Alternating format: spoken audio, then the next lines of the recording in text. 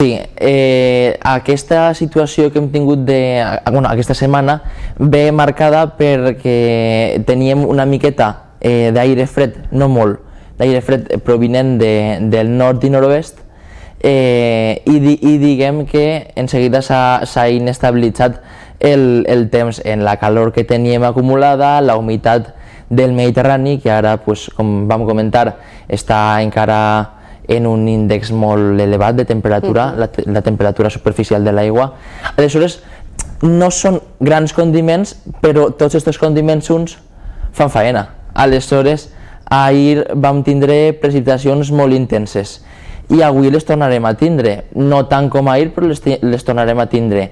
Ahir la tempesta més destacada la vam tindre a la zona de l'Alcora i Sant Joan de Moró.